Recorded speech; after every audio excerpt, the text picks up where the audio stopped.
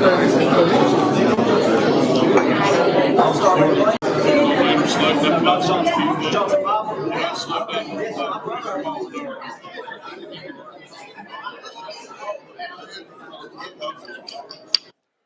evening, everybody.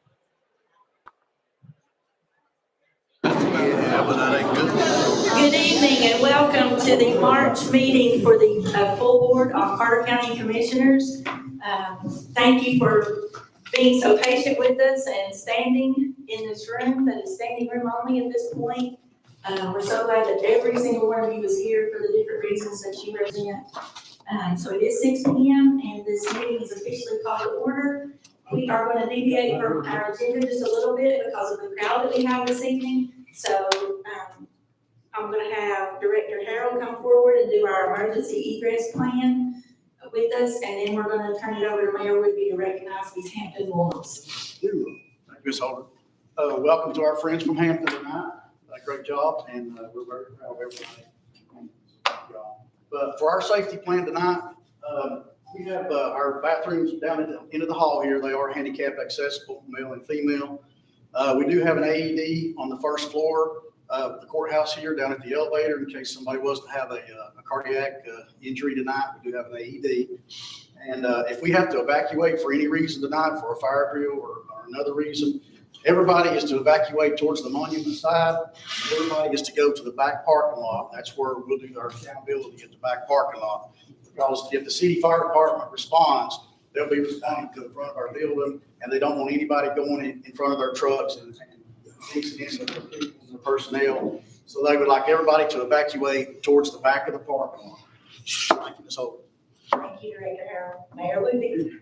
Wow, thank you everybody for coming. We're so excited. As you know, I am. I'm a Bulldog at heart, even though I'm the mayor, but I'm so excited to have all of you here. I'm so excited to be in my term as your mayor and see the Hampton Bulldogs bring that gold ball home. So I'd like to have all the players, the coaches, and the cheerleaders and the cheerleading staff come up, please.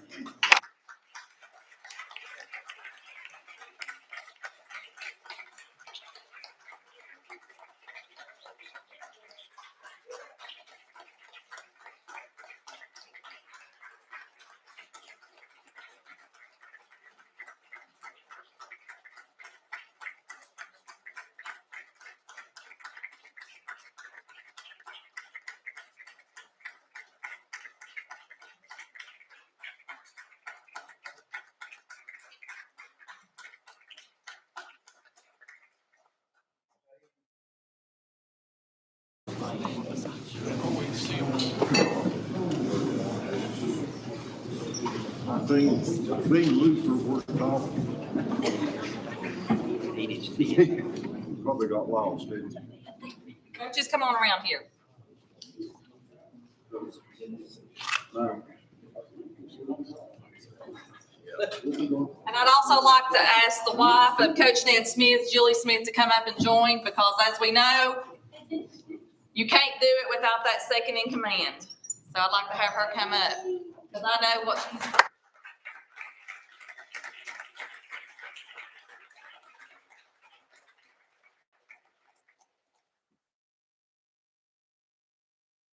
So I don't want to cry. I've done it all weekend. So just first of all, before I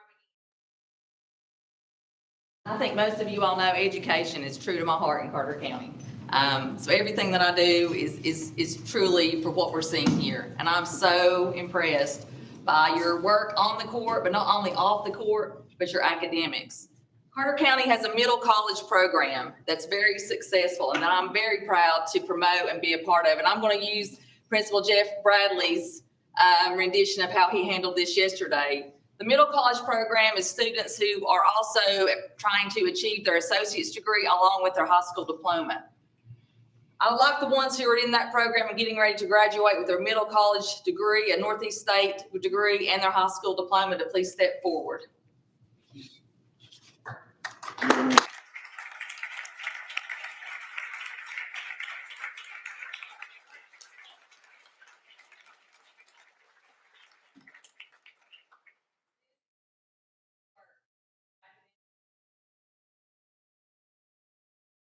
Athletics. We've got 4 individuals who'll be graduating with their associate's degree, their high school diploma, and a state championship. So congratulations.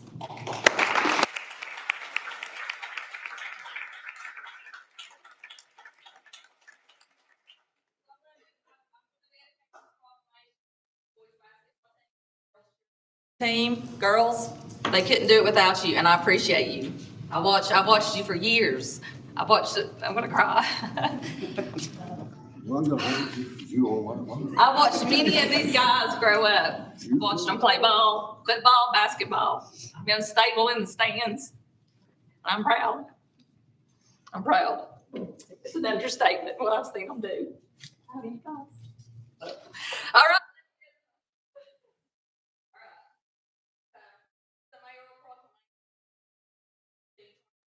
State championship Hampton Bulldog boys basketball team and cheerleading squad. Whereas the 2023 Hampton High School Bulldogs basketball team had a fantastic season, finishing with an overall record of 29-8. And whereas for 2022-2023 basketball season, the Bulldogs were crowned conference champions, sub-state champions, and ultimately TSSAA Class 1A state champions. Whereas the Bulldogs had 4 team members selected to the state all-tournament team: Caden Buckles, Hayden Campbell, Gino Carrico, Michael Anspaugh. Whereas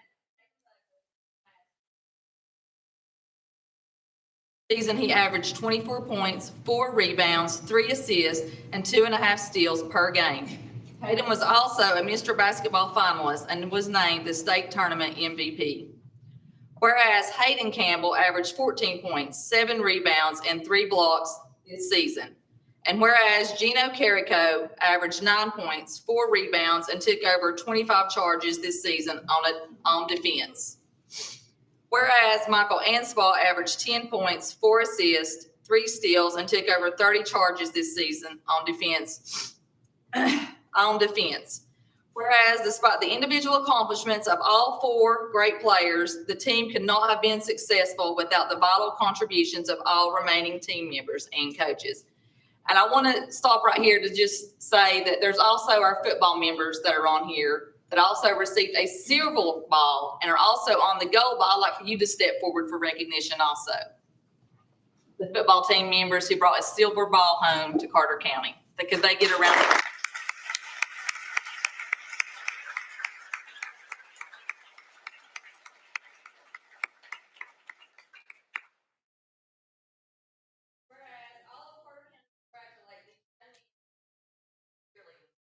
On their successful basketball season and for bringing home the gold ball to Carter County as the 2022-2023 TSSAA Class 1A state champions. Now, therefore, I, Mayor Patty Woodby, by virtue of the authority vested in me by the laws of the great state of Tennessee, do hereby issue this proclamation on behalf of Carter County, Tennessee, to commend the state champion Hampton Bulldogs boys basketball team.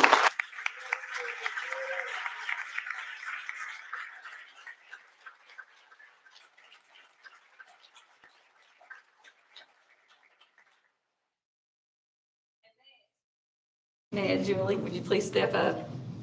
Come on, Julie, step up here and Ned. We're going to do a proclamation representing Ned, but of course, this is his coaching staff back here, and he cannot have been where he's at without them. So guys, I want to say thank you all for what you've done for these boys, this team, and this community. I know most of you are volunteers. You volunteer your time, and that's just, it's great. It's wonderful. We thank you a lot. A mayoral proclamation to commend Coach Ned Smith. Whereas Ned Smith is a native of Carter County, where he attended Hampton High School and graduated in 1992. He initially found success on the basketball court as a player at Hampton High School, as a member of teams winning conference, district, and regional tournament championships, and earning a state tournament berth in 1992. Whereas after college, Coach Smith returned to Carter County as the boys basketball coach at Cloudland High School, where he led the Highlander boys basketball team to a 1 conference championship, 5 district championships, 3 regional championships, 4 sub-state appearances, 3 sub-state victories, and 3 state tournament berths. Whereas Coach Smith then returned to his alma mater at Hampton High School and has since led the Bulldog boys basketball teams to a total of 8 conference championships, 4 district tournament championships, 6 regional tournament championships, 7 sub-state appearances, 4 sub-state victories, and 4 state tournament berths. Whereas Coach Smith is tied with Coach Jerry White and Coach Lynn Duggar among the coaches in Carter County for his 7 sub-state wins as a head coach, although he had a part in additional wins as a player and as an assistant coach. And whereas Coach Smith is also tied with Coach John Treadway, Coach Lynn Duggar for his 7 total appearances at the state tournament as head coach from Carter County, although he had a part in additional state tournament appearances as a player and as an assistant coach. And whereas for 2022-2023 basketball season, Coach Smith earned recognition as the Conference Coach of the Year, and the Hampton Bulldog boys basketball team were crowned conference champions, sub-state champions, and ultimately TSSAA Class 1A champions. Now, therefore, I, Mayor Patty Woodby, by virtue of the authority vested in me by the laws of this great state of Tennessee, do hereby issue this proclamation on behalf of Carter County, Tennessee, to commend Coach Ned Smith for amazing accomplishments as a player and a coach throughout his career in Carter County, and upon capturing the 2022-2023 Class 1A state championship as the head coach of the Hampton Bulldog boys basketball team.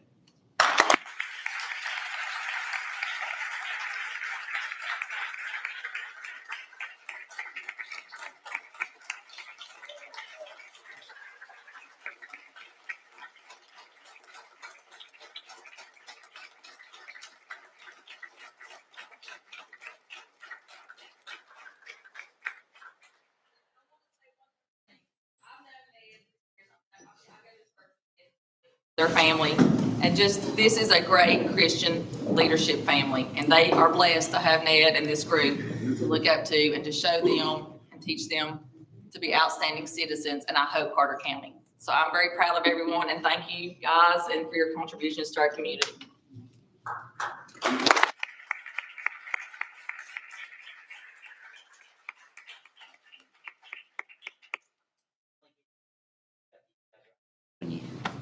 They're That's right. great. They're great.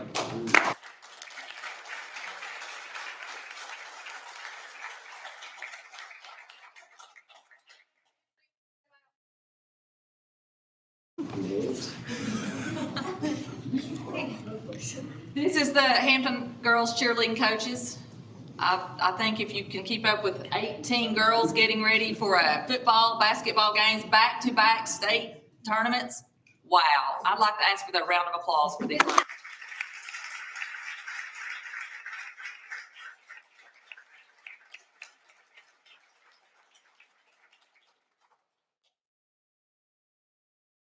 Want to say anything, guys? Live stream, now's your time. Hayden? Come on now.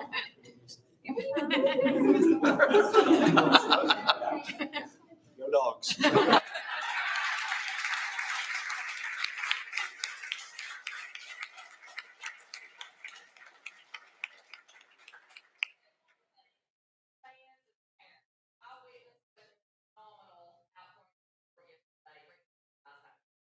Moment we took it, stopped at Bulls Gap exit and brought them all the way through town. I had the city mayor with me. He wanted to ride along, and I wanted to show him what we really do here in the county with our county. Show him how.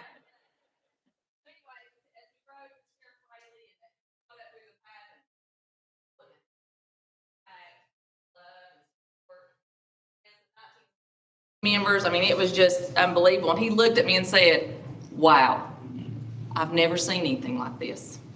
I've never been a part of something like this."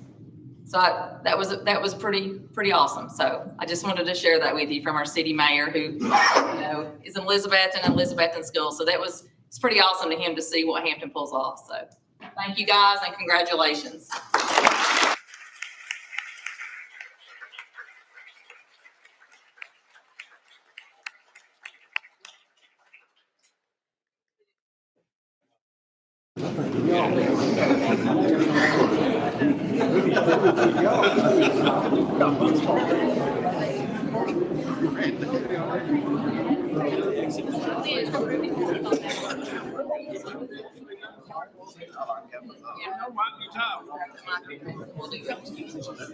Okay, Joe.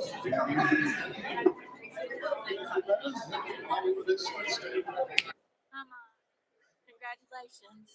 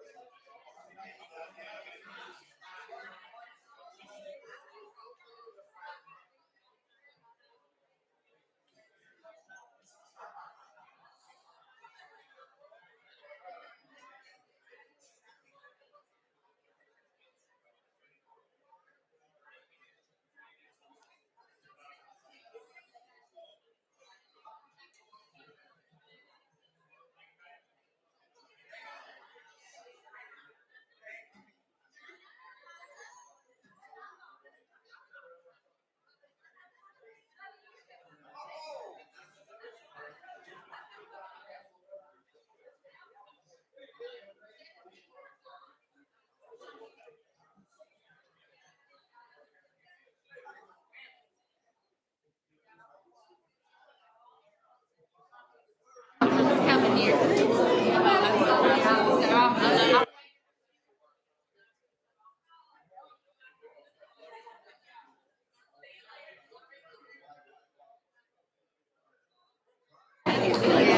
Courthouse is cool.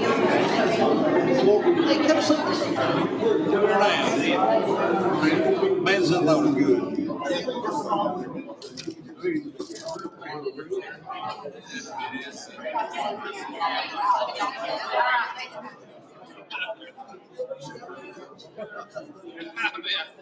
I've been there. I know it's right. Now, we're good. That's a good living.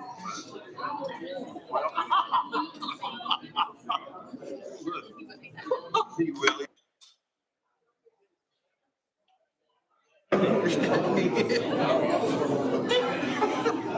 Don't think out of your business. Guidance, Bob. Give him some guidance. Remember, L.B. Anthony. Yeah.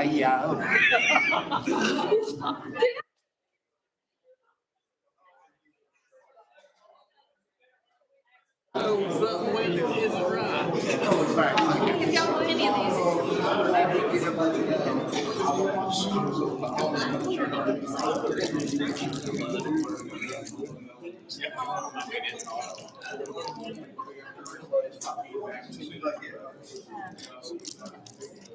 Oh, something isn't right.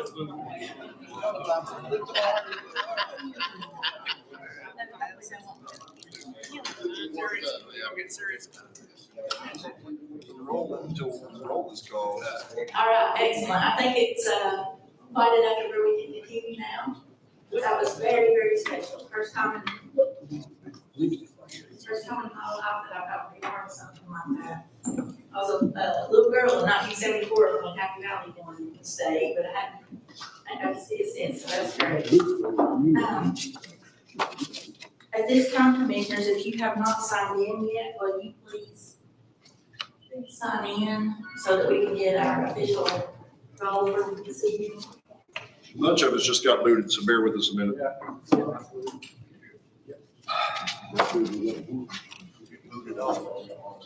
Just hit the X.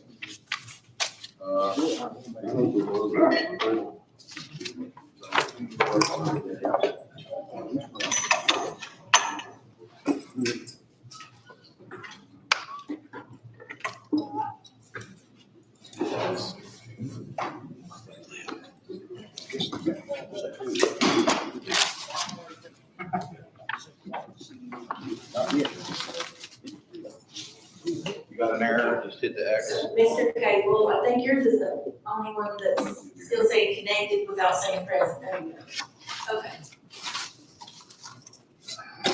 So we have our official roll call at 22 and 2 absent. Thank you, commissioners, for being here. So we've already deviated from the agenda. There shouldn't be any more changes, so do we have a motion to approve the agenda as the rest of it remains? Motion to approve. Okay, so we've got I saw Aaron Fraser's hand. I'll take Aaron Fraser on the motion to approve and Kelly Collins on a second. Is there any discussion on the agenda? Okay, that's okay. We'll do Todd. Kelly, thank you. So we do have a motion, a second.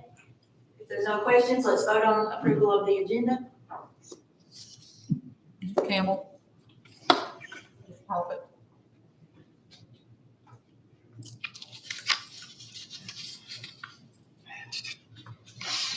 Okay, so the agenda is approved. At this time, let's rise and we will have our prayer and pledge. Our prayer is led this evening by Commissioner Lily Campbell, and the pledge is going to be led by Commissioner Julie Quinn. Dear ever gracious Father God, Lord, bow our heads, Lord, approach your throne of grace. God, we want to thank you for this beautiful day. Lord, you bestowed upon each one of us, God. Give us another chance to put our feet to the floor, take another breath. Lord, we just want to thank you, Lord, for each and everything that you do, and know that you're standing on the right hand of the Father, making intercession for us. God, knowing that you're still answering prayer and still working miracles. God, we do thank you for these young people who just stood here today, Lord. God, we thank you, Lord, that you kept your blessings upon them while they were playing. Lord, you brought them home safe. God, we thank you for the coaches. Lord, we do pray, Lord, for this commission board. God, each and every one. Lord, we pray, Lord, for the leaders of our country, God. We pray for our veterans, each one of them, Lord, that takes a part, God, in this country. Lord, we can never praise you enough for what you've done for each one of us. Lord, tonight we just pray that you keep your hand upon us, God. Watch over us and keep us safe. We ask these things in thy name. Amen. Amen. Attention, salute. I pledge allegiance to the flag of the United States of America and to the republic for which it stands, one nation, under God, indivisible, with liberty and justice for all. At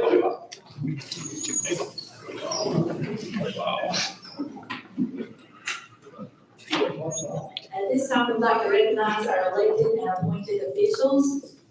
Anywhere in the room this evening, would you all please stand and accept our gratitude for your service to our county and state?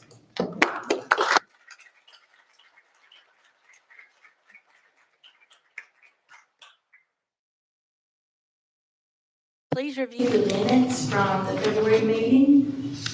And at this time, the floor is open for motion to approve those full monthly meeting minutes.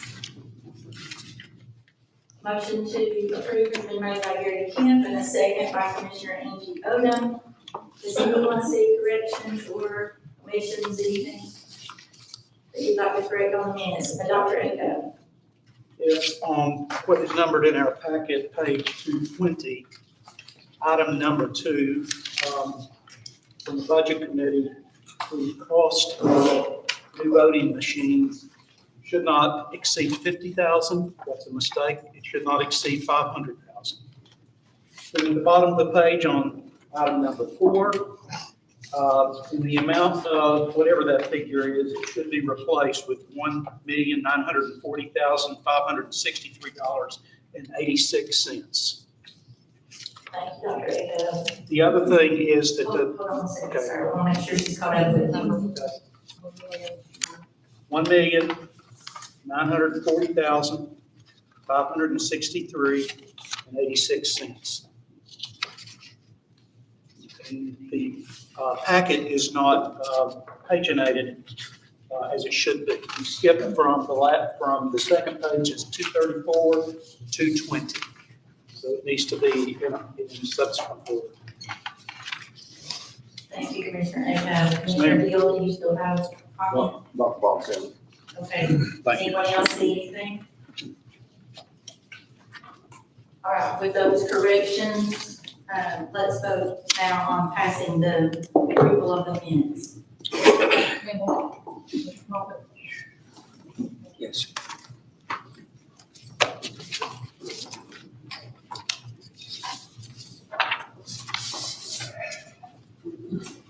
Minutes have been approved for February, thank you. And now from the clerk's office, we will hear the names of those seeking notary bonds.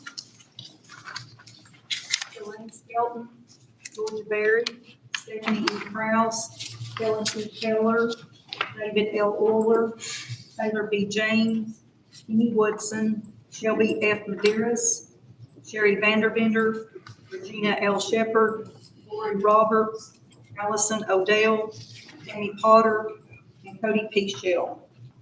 We have a motion to accept those by Avery Nguyen and a second by Aaron Frazier. Are there any discussion matters for these? All right, please vote.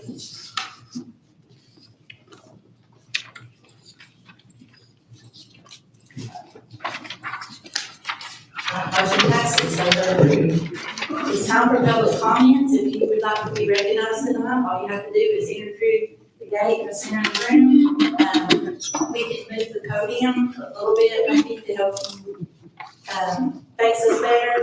But you have 5 minutes to state your name and address in the county first, and then the timer will begin. Thank you, Chad, for your help. Michael Warren, Stony Creek, Tennessee. We were noticing that the ball players here and everything, and I believe Tennessee is called the volunteer state. And I just wanted to touch base a little, I guess you will, for my sister. She has 2 neighbors. Rocky. Now, what I had got to the point of finding out what Rocky's last name is, but Rocky. And they would come over to my sister's house and been helping cut grass last year and different things and stuff. And nobody said a word to them about, coming over to help. They just do it. And with that being said, I'd like to throw a dime in here for the Jamaica High School shop class with Scotty Johnson, a teacher in the class.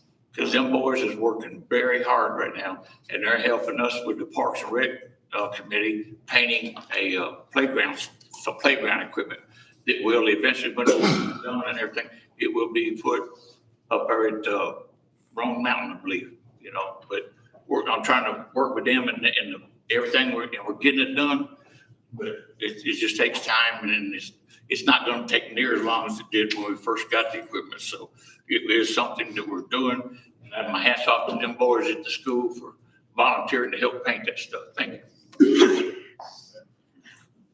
Thank you, Mr. Michael. Is there anyone else that would like to be recognized?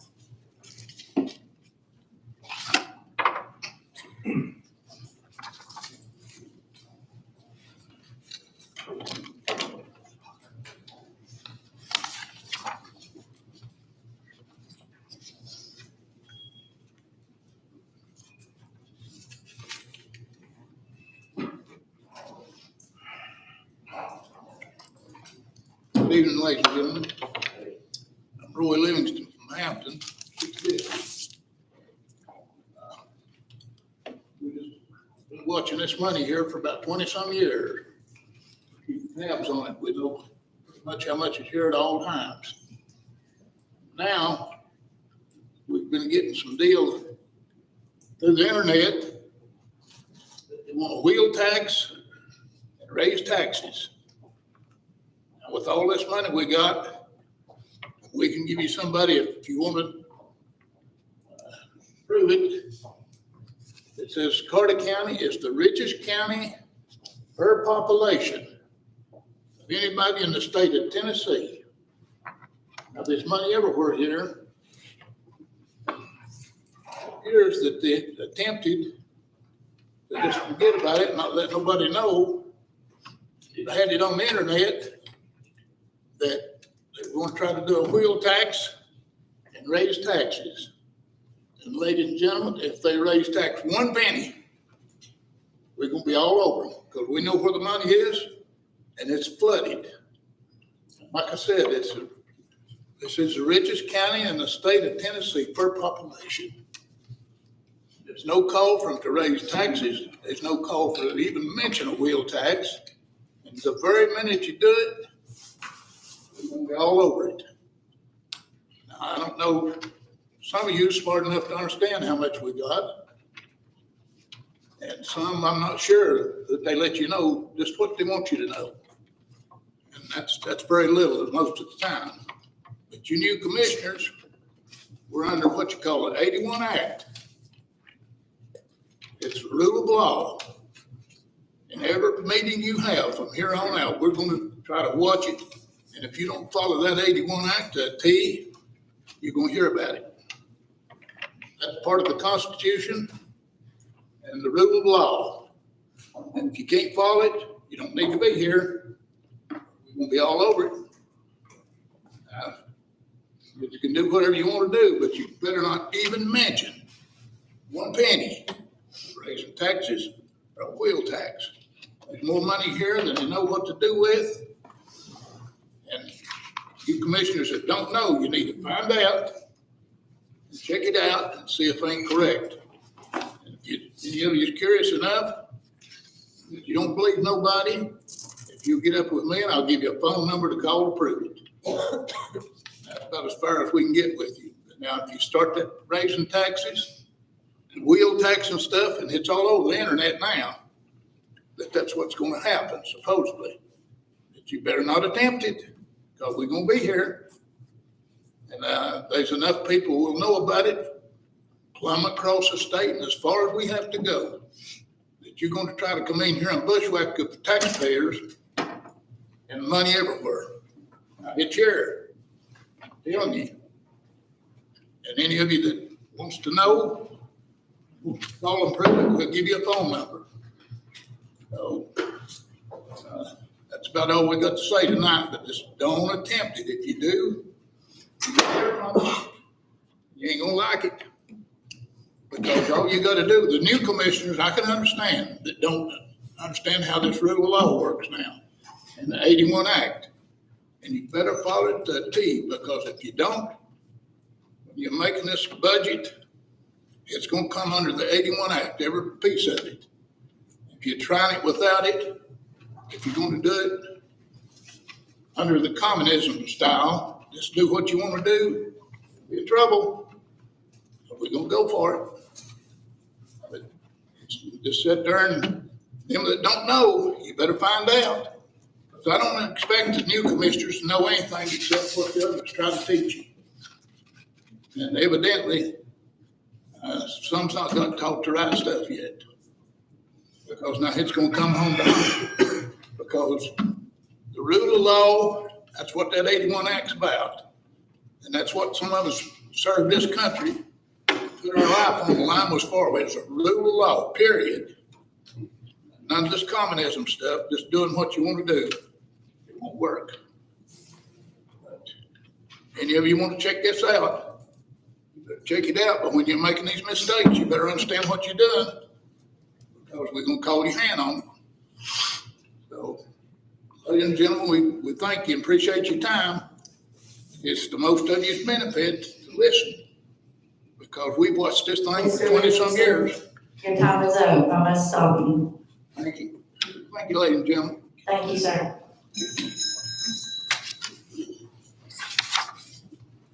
All right, we would like to recognize this evening two very special men to our community. Dr. David Hicks from TCAT Elizabethton and Dr. Jeff McCord from Northeast State Community College at the main campus in Bluntville. Gentlemen, please come forward. And if you want to further introduce yourselves or just take off with your comments, we're glad you're here. Thank you. Thank you. Appreciate the opportunity to be here.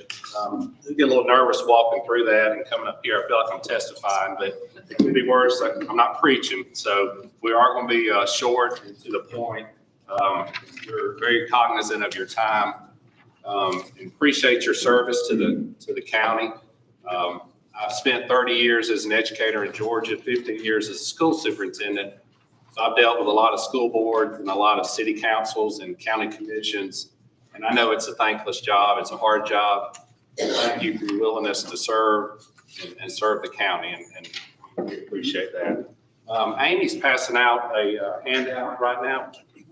If you'll just take a look at it. This is something that we shared with the mayors recently.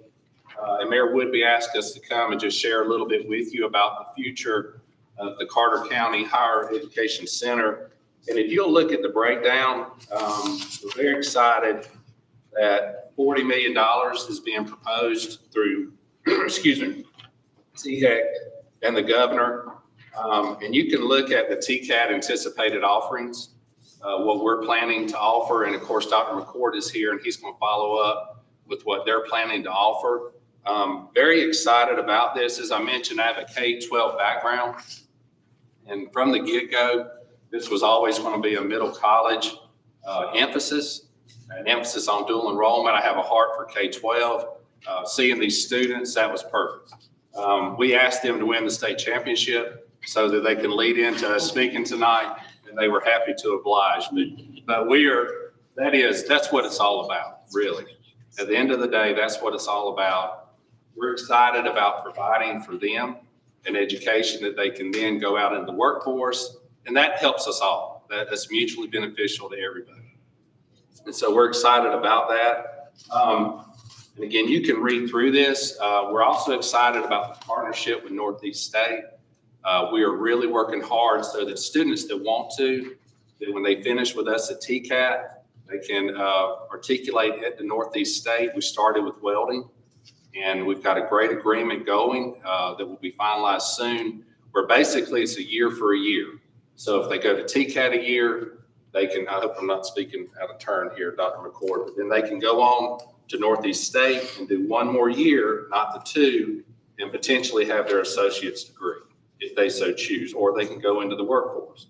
We also have the agreement, the reverse, that if students have been at Northeast, they decide that they want to come to TCAT, we recognize their work there. But the bottom line is we want a partnership, especially with Carter County Schools for this project, where it is a pipeline. From Carter County Schools, the high schools, starting their workforce development training early, starting their associate's degree early, feeds directly into either TCAT or Northeast or TCAT then Northeast. And we just produce kids that have the ability to give back to Carter County. And that's the whole point. We appreciate the investment that you guys are making into the facility. And we want to give reassurance that it is for Carter County students first and foremost.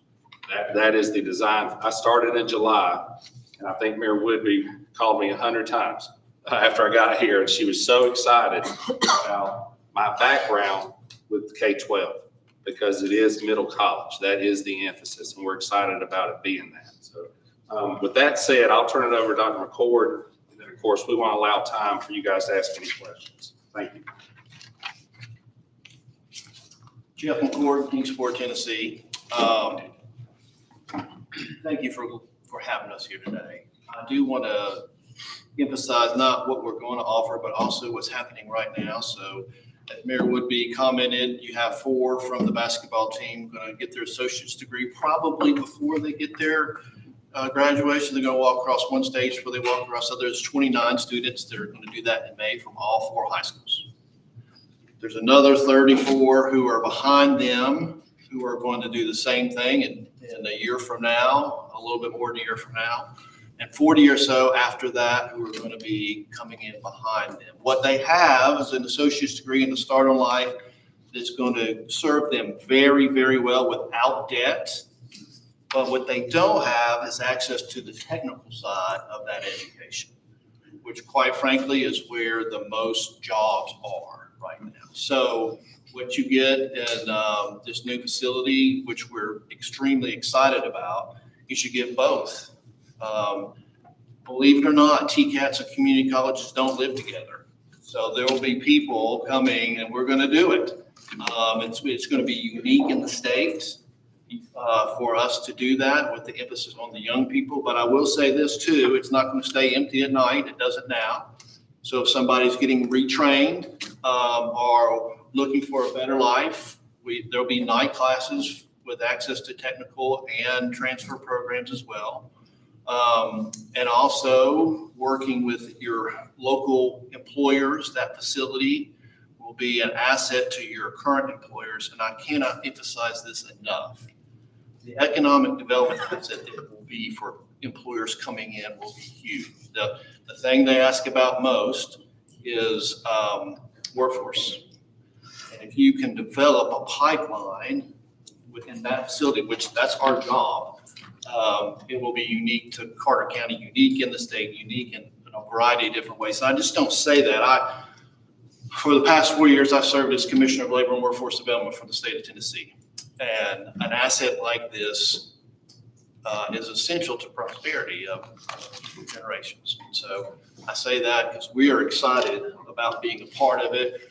We can actually stay in the same room. We've had our first fight and we broke them and we got back together. I almost like them. No, that's close.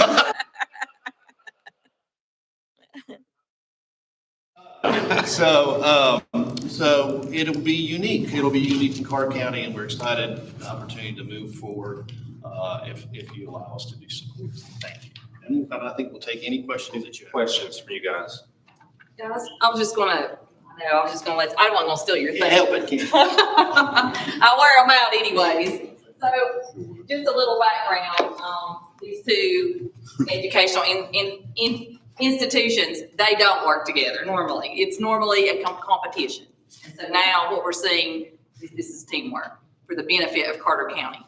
And so this project has been so passionate for me and it's close to my heart. I've been working on it ever since I hit the doors here. And so we've got an opportunity to have a $40 million state-of-the-art facility right here in Carter County that's going to produce jobs and bring employment closer to our kids. They will be able to live and work at home instead of having to leave here. And so I did receive, and I sent out this letter and email, and I've laid it on your desk for review, but I just want to read the first paragraph from our legislators in Nashville that represent Carter County there. And some may think that Nashville really doesn't dictate Carter County government, but in a way, they do help us. And they've been very good to Carter County these past 2 years. There's a lot of funding coming into Carter County. The past 2 years, my office has brought in $47.5 million to Carter County. My office alone on projects that we work on, and this is part of it too. Just want to take a moment to read this piece of this letter that was sent to me today from Senator Rusty Crowe, Senator John Lundberg, Representative Scotty Campbell, and Representative John Hulsclaw. Dear Mayor Whitby, in our years of service representing Northeast Tennessee in the Tennessee Senate and House of Representatives, the planned $40 million educational partnership to include Tennessee Board of Regents, Northeast State Community College, our TCAT Elizabethton, and our Carter County school systems is the largest one-time state investment we have been fortunate enough to receive for one of our Northeast Tennessee counties. That's a big testament for what Carter County is getting ready to do. And I just want to applaud these guys for working with me these past 2 years. The admin's changed, but we've still stayed on course with this project, and it's here. And I want to thank previous commissioners and the commissioners that are sitting here now, how big this is going to be for Carter County. You're not voting on an ice rink for next summer. You're not voting on the covered bridge days. You're voting on something that's generational, way past our time. So I just wanted to throw that out there for you guys, and thank you. And I'll let them answer questions that you may have about the facility and all that. Anything we can help explain, clarify?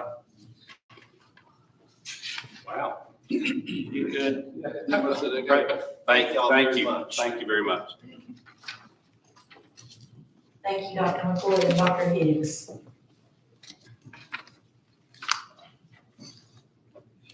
At this time, let's hear from our county attorney, because I think the option agreement is revised slightly from the last month that we looked at it.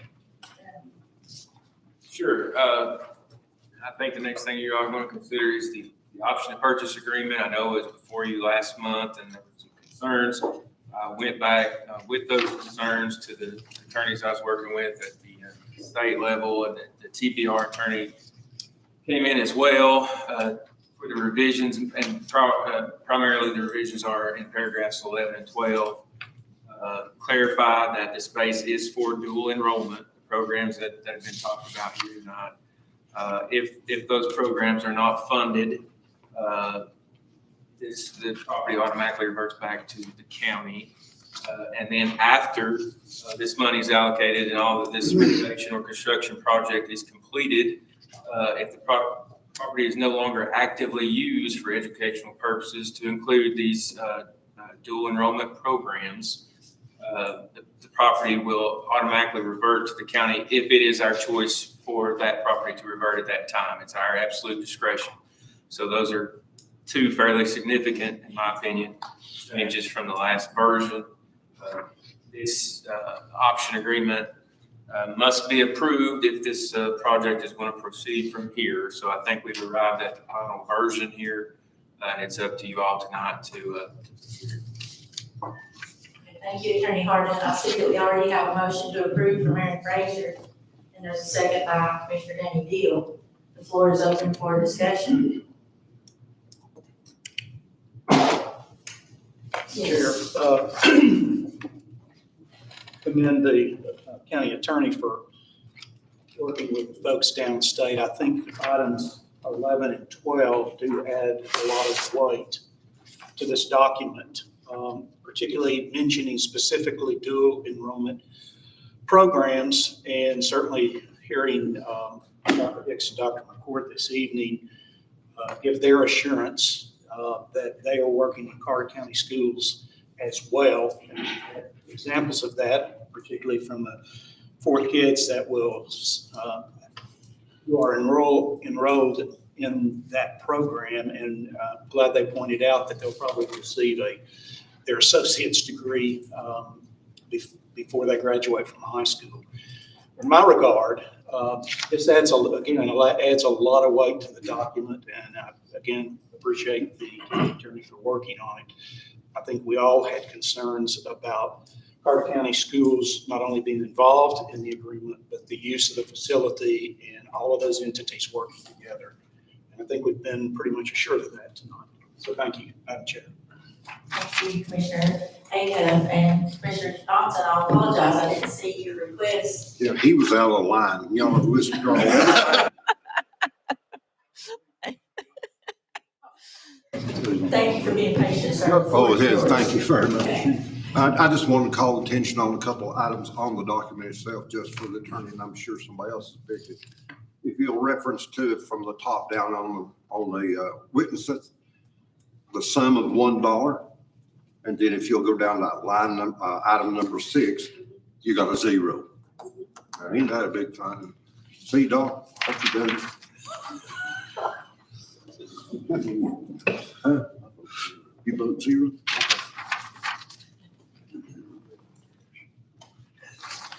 The $1 is earnest money. The 0 is the actual illegal money. consideration. Is the other an illegal money or unearned money? Earnest money. It's not the purchase price, it's earnest money. You're shortchanging. I'll talk to you about it later. Just take my word for it. That's what the last lady said, take my word for it.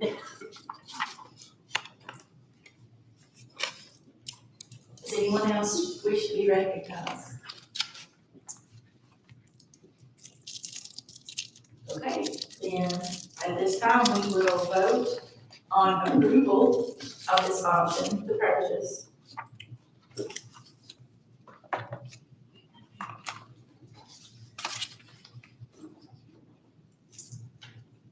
And motion passes. All 22 in attendance this evening have approved this agreement. So thank you to everyone involved in this.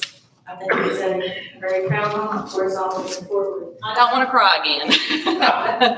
Thank you all very much. This is truly an absolutely phenomenal project for Carter County, and Dr. Carpenter's in the audience. And I want to say thank you to him for his continued support with these guys in the audience. We're getting ready to see something really remarkable come from Carter County. So thank you for the attention. Thank you. All right, Sheriff Mike Rayleigh, please come forward for your presentation.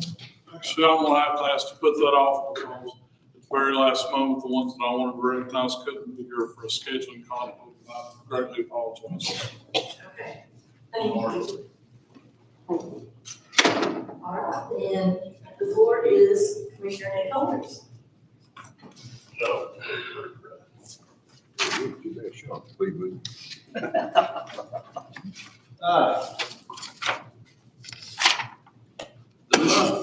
From actually March, it actually says in the resolution April, not catch that till just now.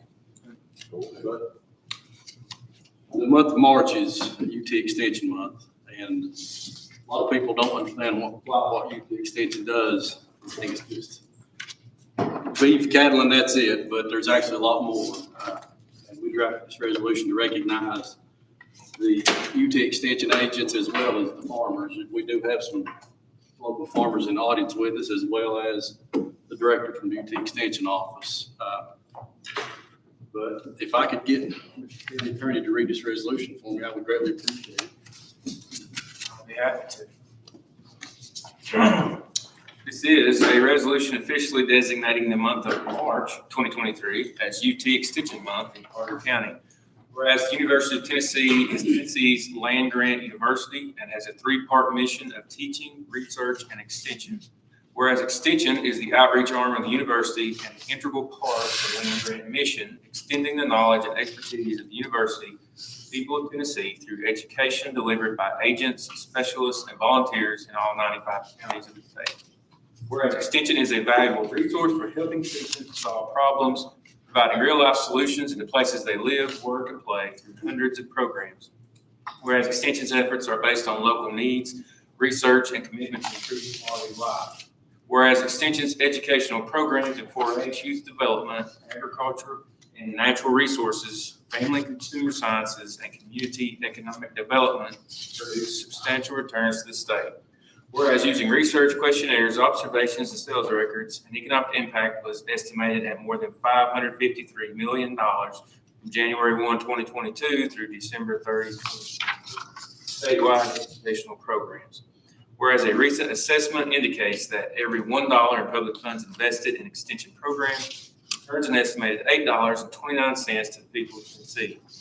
Whereas at the Carter County UT Extension Office, we're fortunate to have a wonderful staff consisting of FCS agent and county director Rachel Dean, 4-H agent Roger Clark, TNCEP program assistant Victoria Chandler, administrative assistant Kathy Bunton.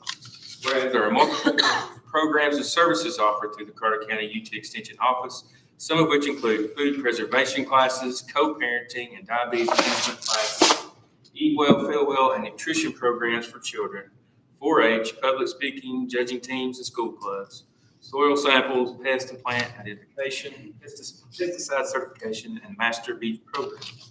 Whereas Carter County Mayor Pat Woodley and the Board of County Commissioners for Carter County recognize the importance of the UT Extension Office in Carter County and the programs and services provided there. Now therefore be it resolved by the Board of County Commissioners for Carter County, Tennessee, meeting in regular session on this 20th day of March 2023 with a lawful quorum of said board being present and majority voting in the affirmative, that the board being joined by Carter County Mayor Patty Woodley hereby adopts this resolution in recognition of the hard work and dedication of the directors and staff working in the Extension Office, and hereby officially designate the month of March 2023 as the Extension Month in Carter County, and encourages all citizens of Carter County to participate in Extension's educational programs and learn how Extension benefits. Okay, so we have a motion to approve this by Aaron Frazier and a second by Steve Burrow. Yes, sir. Amended to the month of March. Yes. Okay. All right, so we have a motion and a second. The floor is open for any discussion. All right, let's vote to pass this resolution.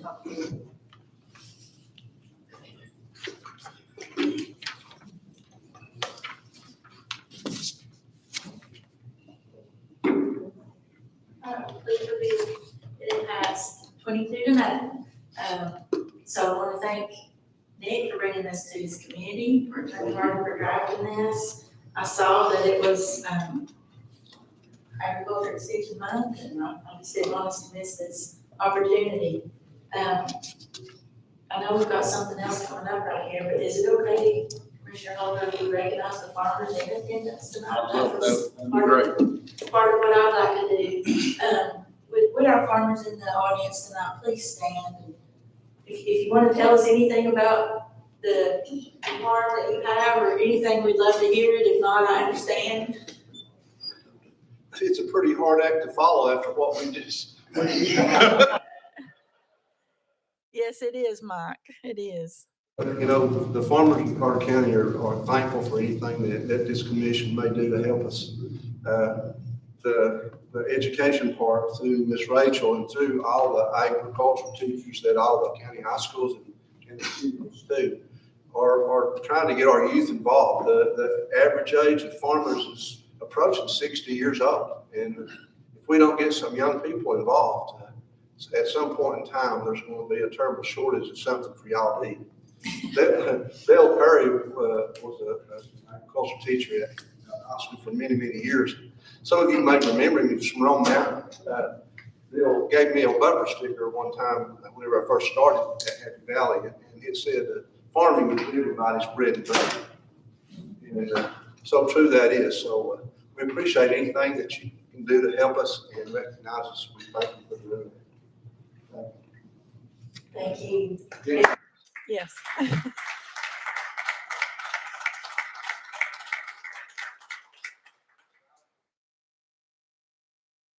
One, so I'm an antique in the system here.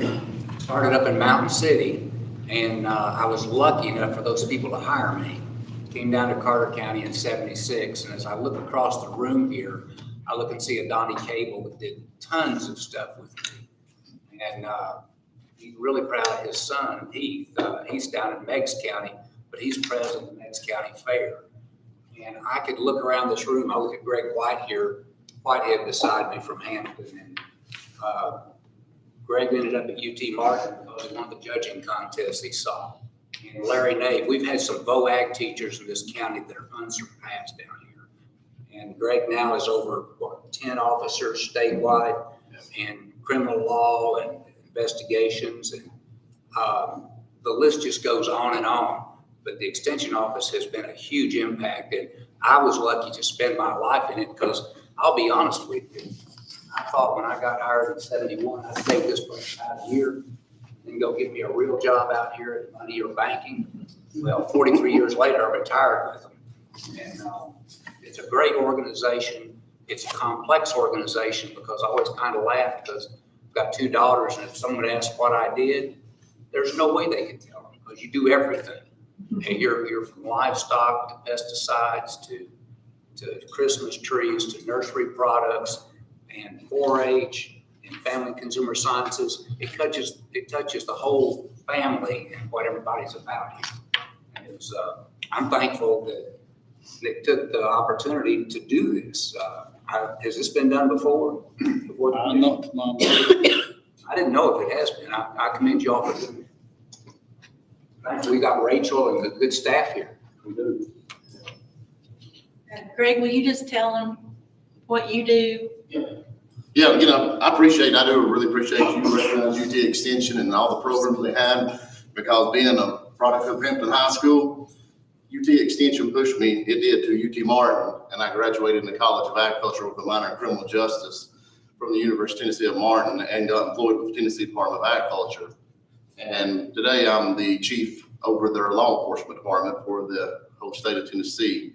And I attribute that to UT Extension and what they've done here in Carter County and all the judge teams that Mr. Hart, Mr. Nave, and all them pushed us in, and all the aspects of agriculture. And that's exactly what I do today, because it's pesticides, it's cattle, it's that. And so anything that's going wrong in the world of agriculture that they call upon us to investigate. But again, we're getting out, being supervised statewide for the Department of Agriculture for our crime unit, this investigating agriculture crime, and also in our Cattlemen Association. We've got many of our Cattlemen Association members here with us. I'm actually the president, we've got the vice president and other officers with us with the Carter County Cattlemen Association. I'm serving as the president of the Carter County Cattlemen Association at this present time.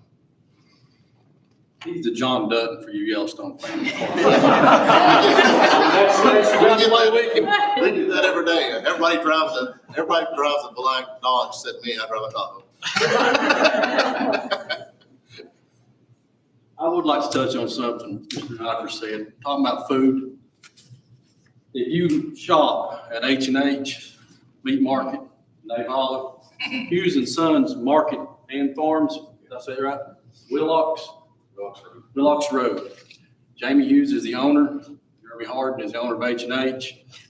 you get beef from there, which I highly recommend, it's coming from your local guys right through here.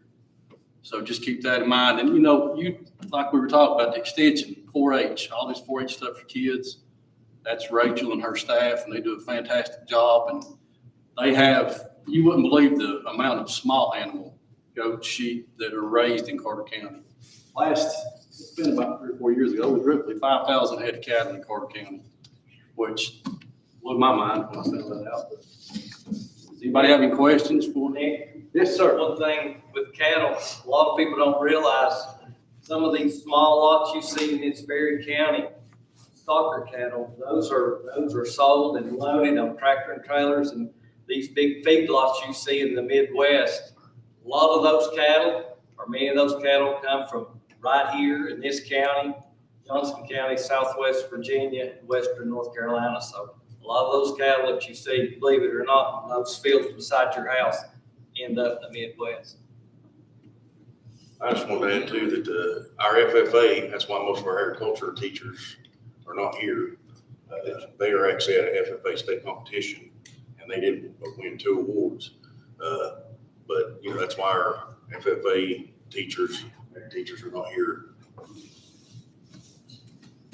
Outstanding. Anybody have any other questions for myself or any of the farmers or Mr. Dutton? Mr. Clark. I'm just so thankful for the opportunity to have you all here and to give you some much deserved recognition. A lot of careers, we can kind of depend on our education and our training, and you all need those things. But in addition, you've got to deal with the elements, and that requires a lot of time on your knees. You all are what I call the salt of the earth. I'm so grateful for your character, your integrity, your hard work in all sorts of ways. And I think it taught us many things, but I think one of the things is to appreciate our farmers more. So thank you all for being here and for all that you do. And Nick, I'm kind of losing my place. So we want to turn it over to Rachel right now. Yes. Okay. Ready? All right.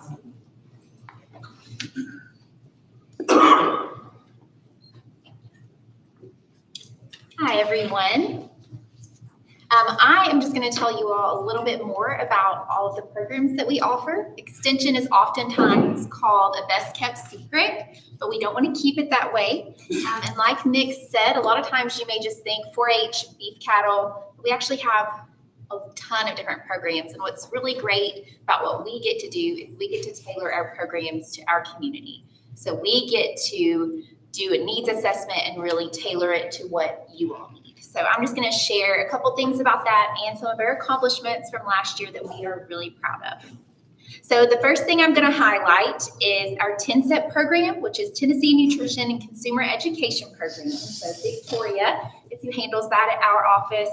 And this program really reaches out to our limited resource families and individuals in Carter County. So she works with our schools, she works with our homeschool groups, after school groups, and she also works with our senior centers and some of our senior housing as well. And so what she does is really teach families and individuals how to eat healthy. She teaches them about nutrition, but also how to do that in a really cost-effective way that they can fit in their budget. All the recipes are just foods that you could go to the grocery store and get anytime. It's nothing like a specialty product that would be expensive. It's accessible for everybody. And another really good thing about that is it's a federally funded grant, so it's essentially free money coming into the county. So her salary and the budget that funds those programs, that funds the food for those programs and the incentives all comes from a federal grant, and that's all able to go back into the community here. We also have our 4-H programs, which we know that those offer a ton of different options for kids. So there's a wide variety of programs depending on what kind of interest that they have.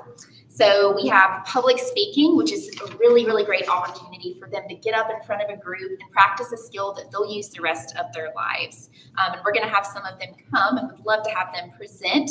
But Roger is actually at 4-H Congress So we have students down there right now that are getting to talk to our legislators, see how that legislative process works, and get to spend some time in Nashville, so doing some team building opportunities too. They have judging teams, like our wildlife judging teams and forestry, just to name a few things. And not only are they learning things during these meetings and going to competitions, but it's really a big confidence builder for them too, especially if they're really able to develop a skill and do well. And it can help guide them with a career they might be interested in too. So that's something that's really exciting. We also have our livestock programs for 4-H. So they have the opportunity to work with different kinds of livestock and show those. And in our in-school clubs, we do a lot of STEM programming. So they actually do a lot of things where they learn about science and nutrition and things like that in schools. Our FCS programs, so a lot of times when you say FCS, people are not quite sure what that is, but those are the programs that I handle in the office. Those are our family and consumer sciences programs. So a lot of nutrition-based programs, community health programs, and also economic development. Workforce development is something that I'm really passionate about. I actually went to a training today and love to teach, like resume building, how to do a cover letter. Those are skills that everyone needs to know how to do. Can apply to high school students, but also for somebody who is maybe going back to school and wants to get a job. So I also do food preservation classes to make sure that we can our food safely and don't make people sick. Diabetes management, chronic disease management, and a lot of other things too. So if you have an interest in any of those things, your church group, a group at school or anything like that, we're able to come out and provide that education. And the majority of our programs are free. There's a very low cost because we want our programs to be accessible to everybody in the community. And if there ever was a financial barrier, we'd find a way to deal with that because we don't want someone to not be able to participate due to financial reasons. We also have our agriculture program. So you all may have heard that that program is vacant right now. We do have a preferred candidate. And we will announce that as soon as some paperwork is cleared from UT, but we are very excited to have that position filled. But that position's a lot more than beef cattle and pigs as well. Of course, those programs are there in our master beef programs, but there's a lot of other master programs too. Master horse, master small ruminant. We provide soil sampling to the community, and we also provide farm visits. So if a farmer or producer has got some issues going on, our agriculture agent can go out to their farm and try to help them troubleshoot that and figure out what's going on. And if your tree in your yard is dying or something's wrong with it, or you need some help with your garden, they can also come out and do that too. So they offer a really wide variety of programs as well. And we also do pest identification, pesticide certification, and a lot of other things too. So we really, really do have a wide range of programs that can apply to everyone, but we're very excited to have that position filled. And in the meantime, we've been supporting it with office staff and kind of leaning on our partners in the extension offices in other counties to make sure the needs are met here. We also have Kathy Bunton, she's our administrative assistant. So she supports all of us and we're very appreciative of her. Want to mention her as well. And wanted to point out that we reached 260,000 with our radio program last year. So we have a radio spot each week on WBEJ where we highlight different program areas. So you may hear us on there near Swap and Shop, highlighting different programs, advertising our programs to get the word out to the community. And in 2022, we actually reached around 3 million contacts. So that's through our educational programs, that's through radio, through social media. So we're really proud of that number as well, because we really want to reach as many people as possible with educational information that we provide. Another thing I wanted to highlight and mention is that we had 246 4-H after school clubs, and we had 295 community clubs, as well as 4,908 in-school clubs for our 4-H program, along with a lot of youth who participated in judging teams, 4-H Congress, and a lot of other programs as well. And one thing that's really important, and I wanted to make sure to thank you all here from the commission because you all support us, and also you and the crowd who support us as well. We had, because there's a value to a volunteer hour, so we had around $30,000 of volunteer time last year of people who gave back and supported our programming. And so that is education and things that people put into this community and volunteered their time and spent their time to help the youth of essentially, most of that was 4-H volunteer hours to help the youth of our community grow. So thank you all for your support.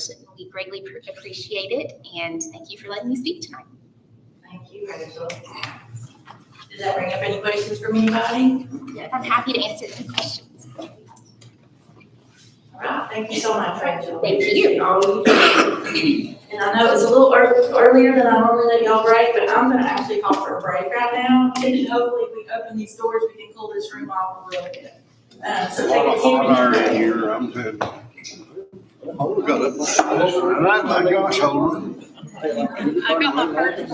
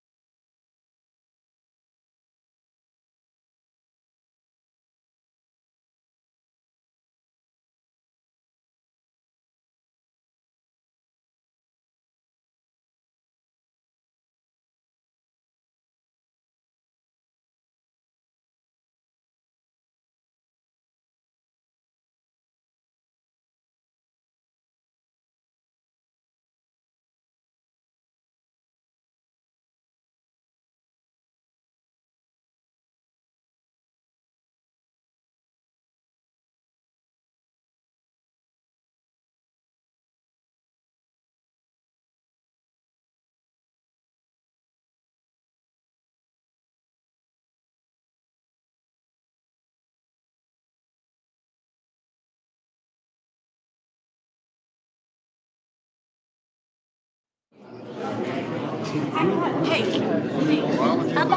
come back to order, please.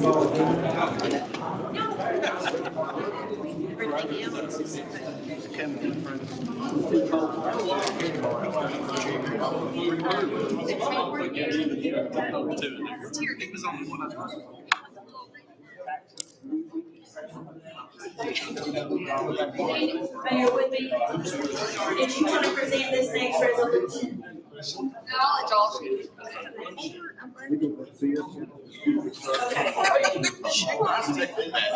Item number 16.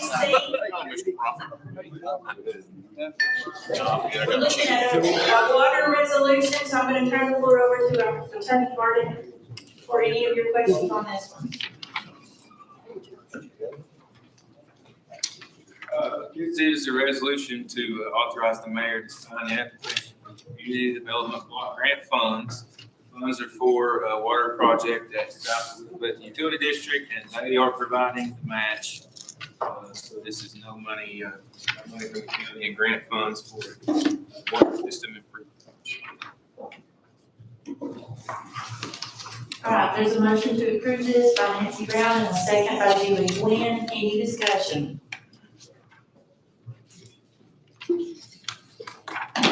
All right, let's vote on it, please.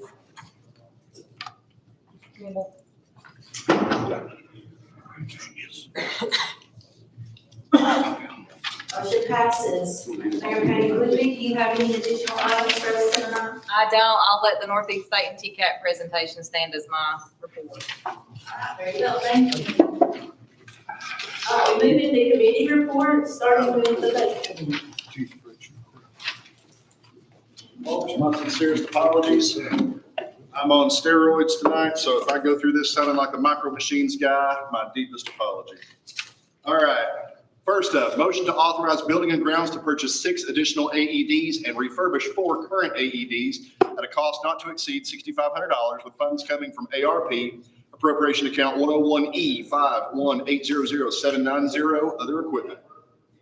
All right, motion is made by Frazier, seconded by Thomas Crawford. Any discussion? All right, voting.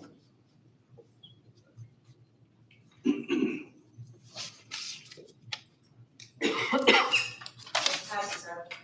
Next up, motion to authorize Parks and Recs to complete a playground project at Eric Anderson Park at a cost not to exceed $30,000 with funding coming from unassigned fund balance. Appropriation account is 123E567000799, other capital outlay. Motion is made by Aaron Frazier, seconded by Julie Gwynn. Are there questions? Okay, let's vote.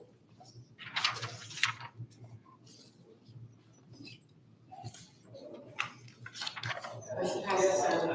Next up, motion to approve county fund budget amendment 101-7, items 1 through 10 in the amount of $28,784.66 with $2,509.18 coming from reserve accounts. Second by Dr. Acuff. Any questions or discussion? Okay, please vote.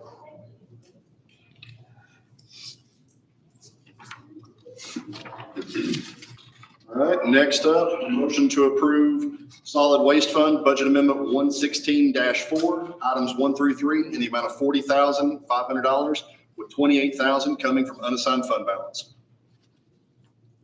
Motion is made by Commissioner Frazier, seconded by Steve Burrow. Are there any questions? Please vote.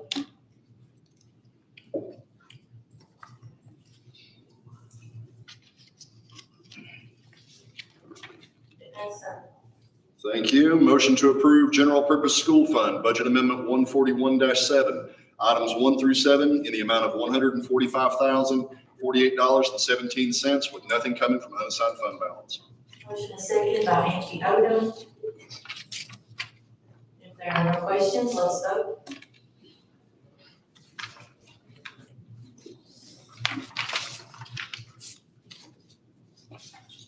Thank you, guys.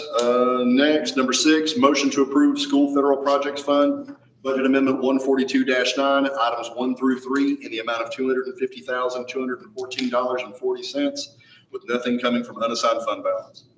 Motion seconded by Commissioner Todd Smith. Any questions?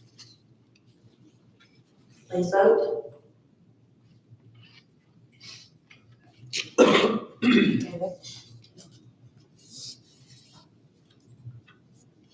Thank you, guys. Number 7, motion to approve Food Service Fund, Budget Amendment 143-3, item number 1, in the amount of $430,056.13, with $430,056.13 coming from unassigned fund balance. Motion is seconded by Dr. Robert A. Cup. Are there any questions? All right, please vote on item 7.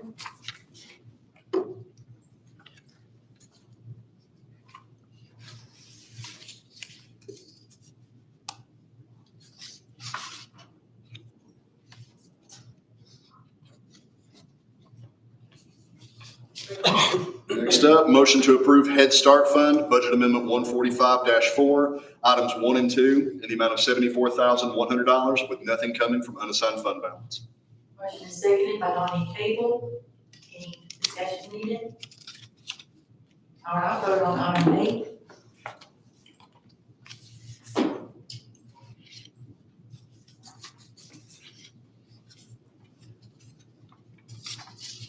Next up, number 9, motion to approve revised budget hearing schedule.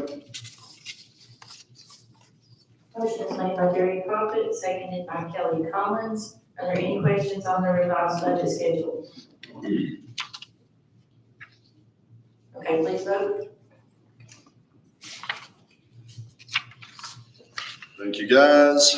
Item number 10, motion to accept a grant through the Violent Crime Intervention Fund in the amount of $100,083 and some change for the Sheriff's Department. Motion is made by Mr. Barron, seconded by Ms. Lisa. If there's any discussion, we'll hear it now. If not, let's vote.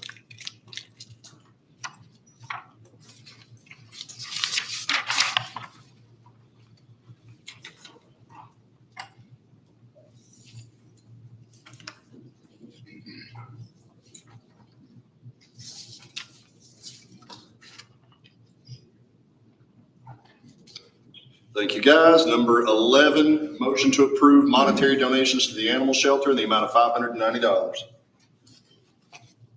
Motion is seconded by Danny Deal. Let's vote to approve that.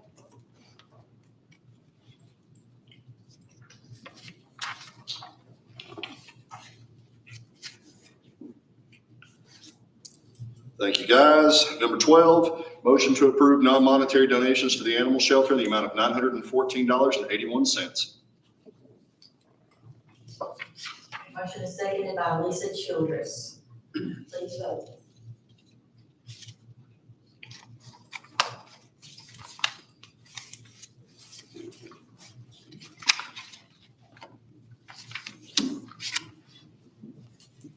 Thank you, guys. That's all I have. Bye-bye, bye bonds.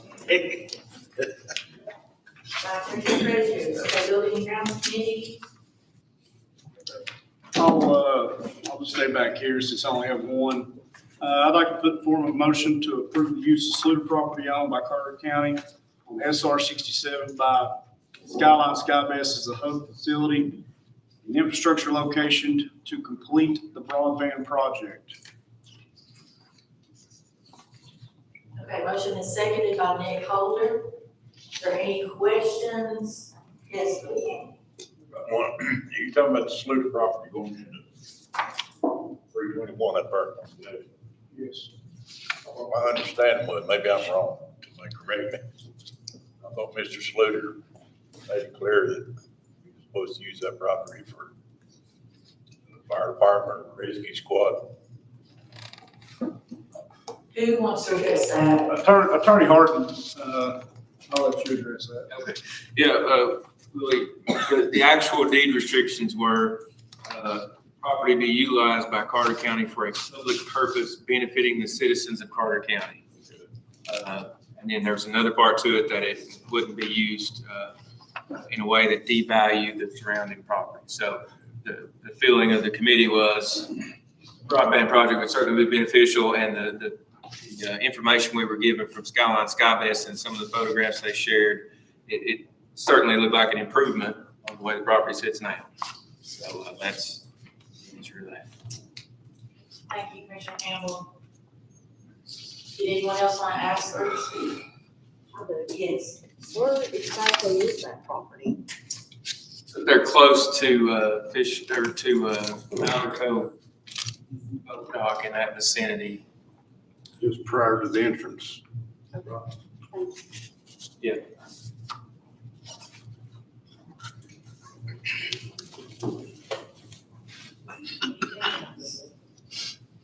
I appreciate the work that's gone into this. Dr. Ahab sent out several emails about this with pictures of what the attorney has stated. But, you know, Commissioner Campbell, thank you everybody for keeping us on our toes. We certainly appreciate the donation. We want to make sure to honor the family. Who else wishes to speak? Aaron, yes, you have the floor. Yeah, are we actually turning the property over to Skyline Skybest, and or are we leasing it to them, or how is that going to be structured? Yeah, the first step was approving the use of it. I think they may envision a formal lease, kind of like we would do with a CenturyLink or somebody that puts one of those little facilities up. So I imagine that's the next step in my understanding. But as for now, the first step was just approving the use of the property for that reason. Sir.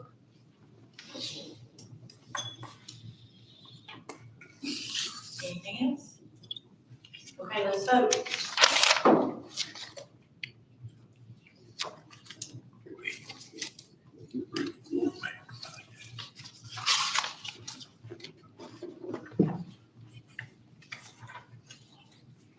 All right, that motion is passed. Coming to the podium is National Management Chair Brad Johnson.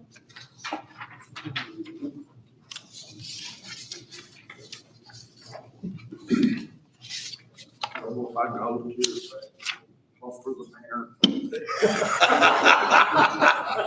Board actually done a great job, man.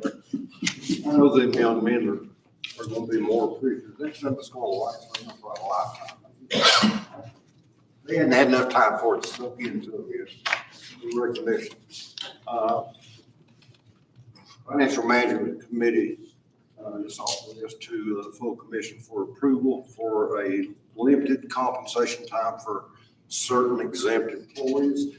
It would be in your packet. It starts out in 5.3.1. And the meat of it, I'm going to read it to you just in case you hadn't had time to do it. One, in essence, it is not for office holders elected officials. We cover comp time by office procedures for all of our codes with the exception of appointed directors and assistant directors or associate directors or deputy chiefs of the various committees or services that we have in the county. If you notice, we have had problems in our county with vacancies.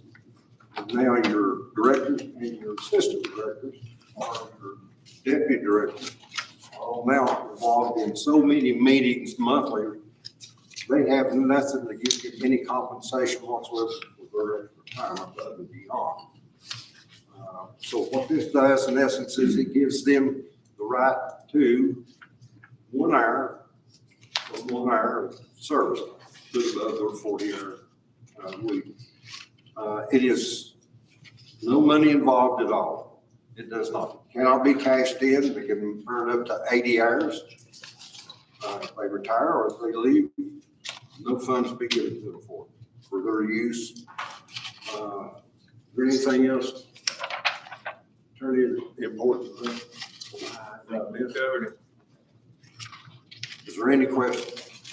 If there's none, Madam Chair, I'll place in the motion to accept the limited to temporary time for exempt personnel, and that it be placed in the policy and procedure and employee handbook for this section. Okay, so, the screen says Field and William. Commissioner Johnson, is it okay if we can go with those as the motion in the second? Fine. Okay. You get dark egg cuff all that, I mean, I don't get it.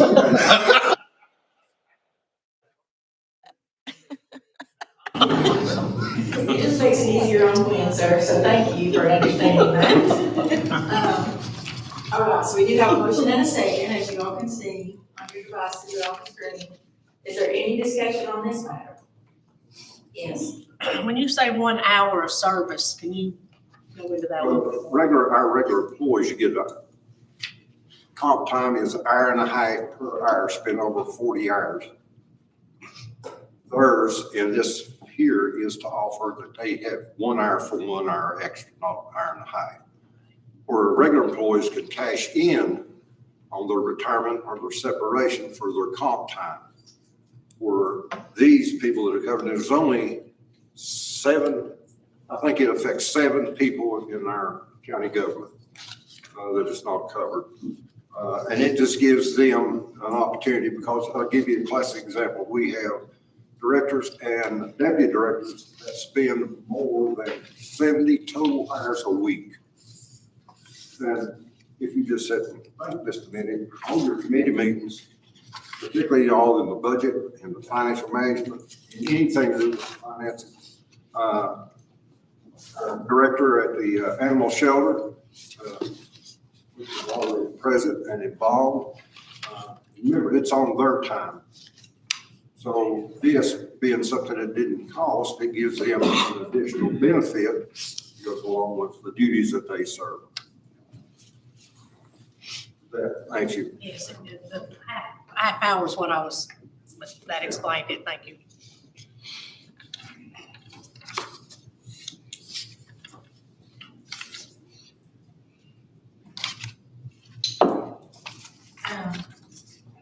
I don't know that it's necessary, but does anybody mind to name the 7 positions that this affects?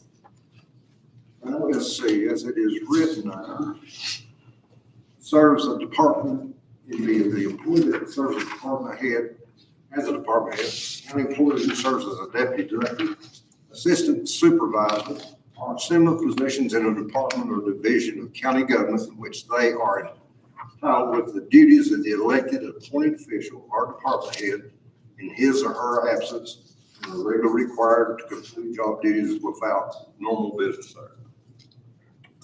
Okay, I was asking about the departments, but that's okay. Okay, well, let's say. If the rest of the commission is satisfied, we're good. Well, you've got, if you got a director of finance, you've got a deputy director of finance, you have the election commission office, which is your director. You have your animal shelter, which is director. So we'll go ahead and miss. Planning is another for your director and your deputy director of it. Highway office. And the highway. Landfill. Landfill. Landfill's the other. So EMA is out. No, they're, Okay. there's only 2 CNR, first 3 or more, I think the way that it's written is when it comes in effect. Right. Commissioner, are you ready to vote? All right, let's vote.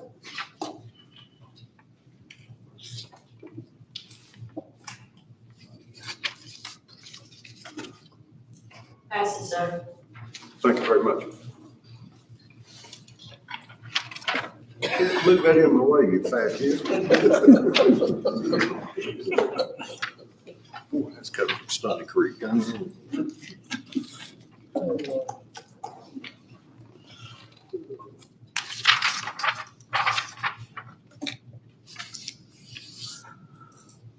What's yours, sir? If you're gonna say something, say something. I mean,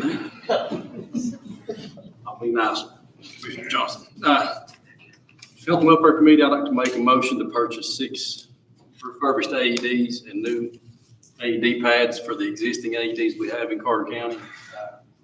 With Carter County EMS and Rescue maintaining and providing logbooks and checkoffs of these units. We have a motion on the screen by Angie Yoder and a second by Gary Kemp. Is there any discussion on the purchase of these? All right, let's go. Motion passes. Mr. Holder. Thank you all.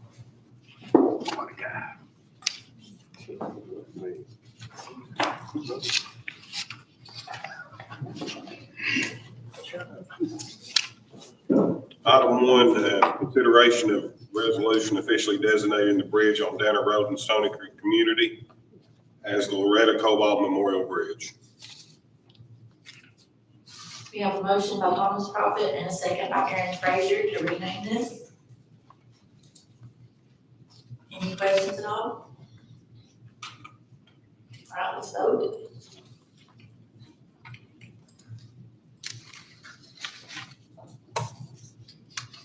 Motion passes, Jason. Item two, a motion to increase the speed limit on a portion of the Old Bristol Highway located in Carter County from 35 mile an hour to 45 miles an hour. Motion is made by Steve Burrow with a second from Aaron Frazier. Is there discussion?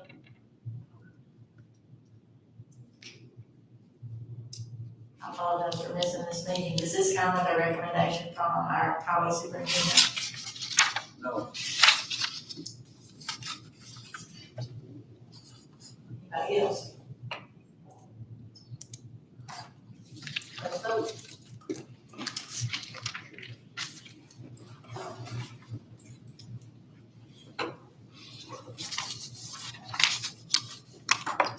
Yes, sir.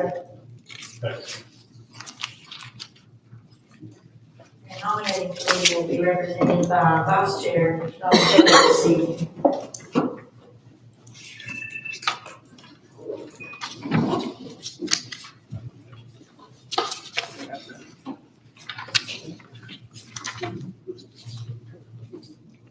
March 13th, 2023, the nominating committee nominated one person to fill an opening for the planning commission. The committee nominated Gary Bailey. At that time, we only had one application. We now have another application. And that application is, we should have that application. Walter Vine. Let's see in his application. Are there any, we have one nomination.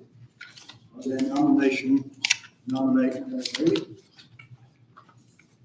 Make a nomination. Second. I'll second. Any discussion?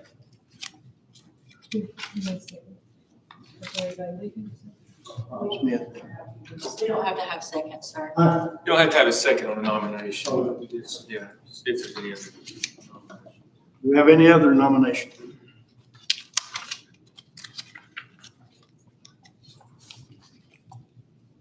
Mr. Chair, I'd like to nominate Walter Vines. We have two nominations on the floor. This time, we're going to give each one of the nominees an opportunity to speak. We'll start with Mr. Bailey.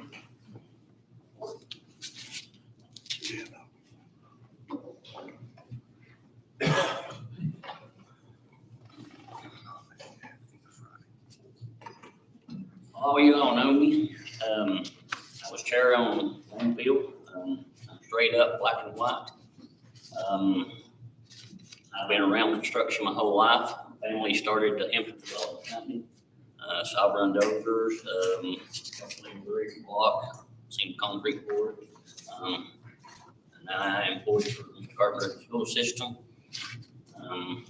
Basically, I'll just be honest with you. It's like being on the commission. I sat here for 4 years. You all have the right to vote, and I want you to vote for who you think is qualified, not politically who you all like. So personally, I don't want to say anything against anybody or anything, but if I'm elected to it, I'll try to do my best. If I'm not, then I'm sure there's other people that is qualified. And I'm not going to sit here and tell you I am the most qualified, because I'm sure there is a lot way smarter than I am in building stuff. I'd like to say. Thank you, Mr. Bailey. Mr. Vines.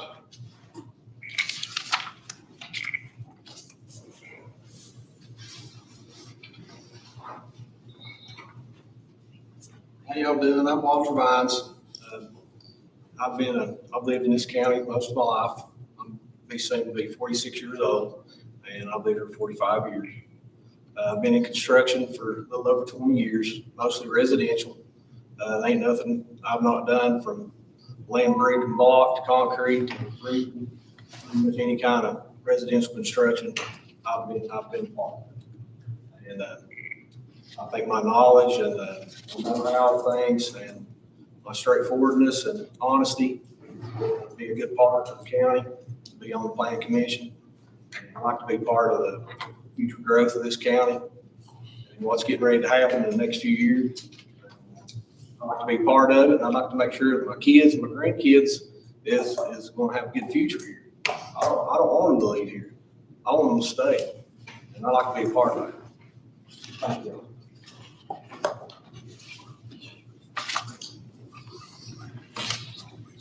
Any questions for either one of the individuals?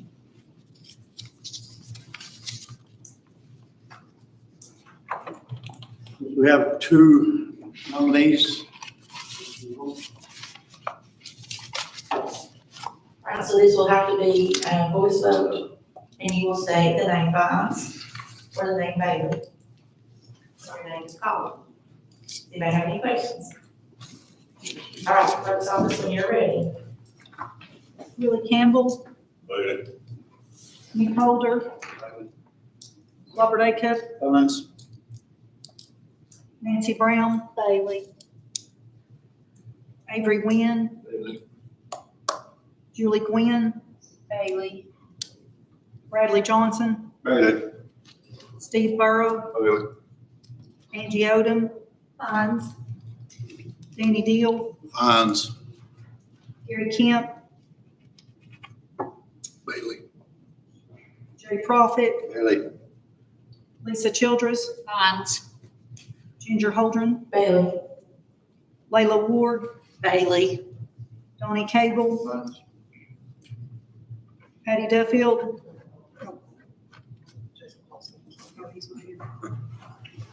Todd Smith, Vines. Jason Raznick, Bailey. Daniel McInturf, Bailey. Aaron Frazier, Bailey.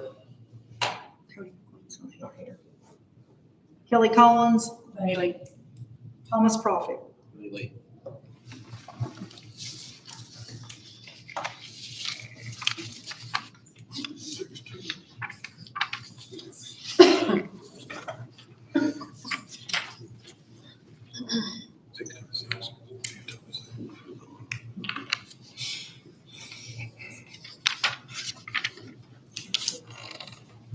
Vote is 16-6 in favor of Gary Bailey.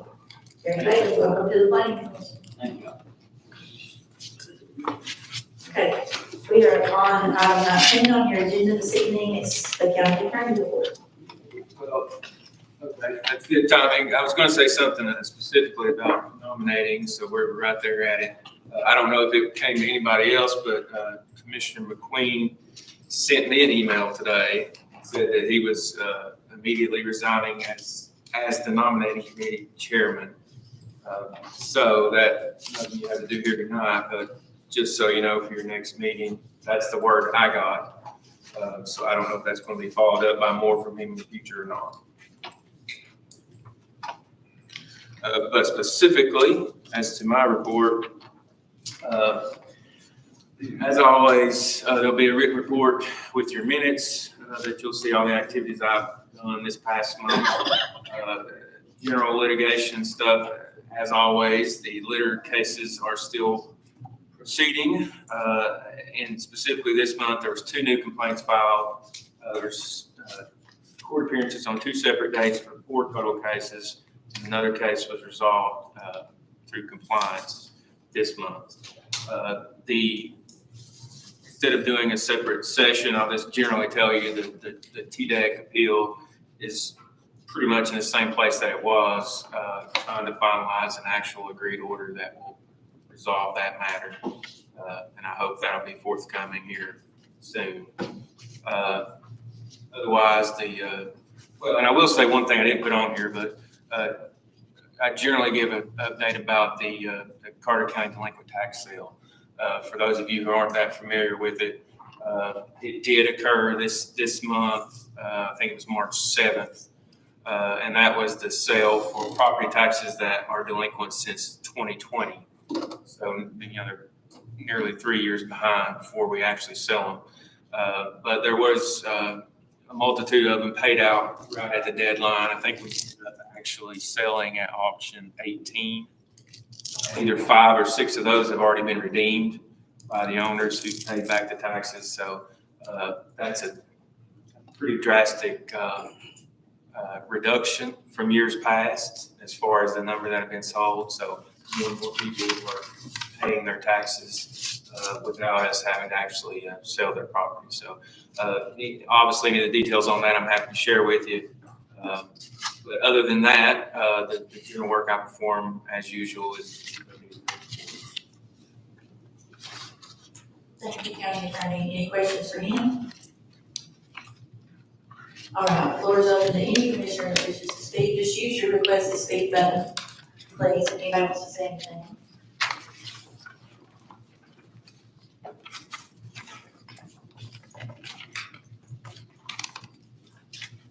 Oscar Collins. I'd like to ask the attorney if we want someone to change committees, how do you go about doing that? If you feel someone needs to change a committee, commissioner wise. Well, we don't, the only procedure we have is for basically the involuntary removal from a committee. And there's a procedure for that if a commissioner misses 3 consecutive meetings. Other than that, I mean, if the 3 commissioners in their district, I presume, are in agreement on it, well, that's been done maybe a time or 2 since I've been here. If those 3 are in agreement and the full commission approves it, I'm before the next shakeup in October or September. So you can't change committees till September, is that what you're saying? That's the procedure that we have. It's once a year, the committees change by request of the commissioners. But if the 3 committees or 3 commissioners within one district, I guess, would have agreed that they want to switch their standing committee roles, I don't see any reason why that couldn't be done. If they're in agreement, the full commission approves it. But the other ones, the other ones are select terms, like financial management, and those I are. understand that, but what if you don't agree? I think we don't have a procedure for changing the committees midstream other than the involuntary change through absences. That's the only procedure we have. So you all control the procedures. If you want to add or change that, that's your prerogative. With 2/3 majority vote, you can change the rules of procedure, but there is no such procedure right now. I asked the rules and bylaws, put that on their agenda to look at that. Maybe come up with a procedure if. Yeah, as far as the standing committees go, I mean, that's strictly controlled by our local procedures, right? Those aren't required. So, if that's the prerogative of rules and bylaws and full commission, you can make whatever rule you want on that. That's up to you all. Right off bat, I don't know who the chairperson is of that committee. It's Tom's problem. On your agenda. Okay. Thank you.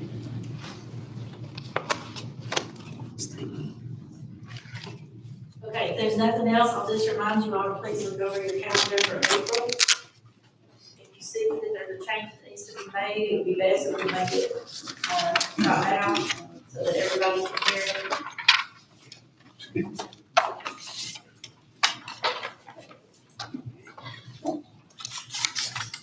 Please notice how busy budget's gonna be this month. Make as many of those as you can, please. It'll just make you a better informed commissioner when it comes time to vote on these matters later. All right, if there's no corrections to that calendar, the floor is open for a motion to adjourn. Second.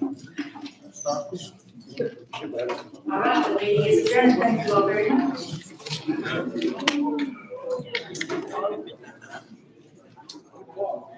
Thank you.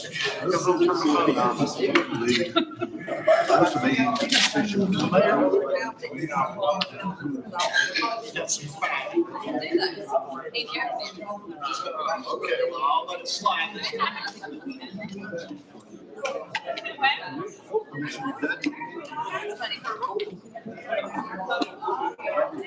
Meeting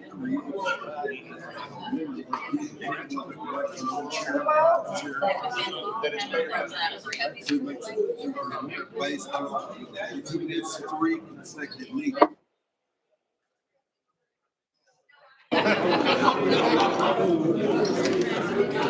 He has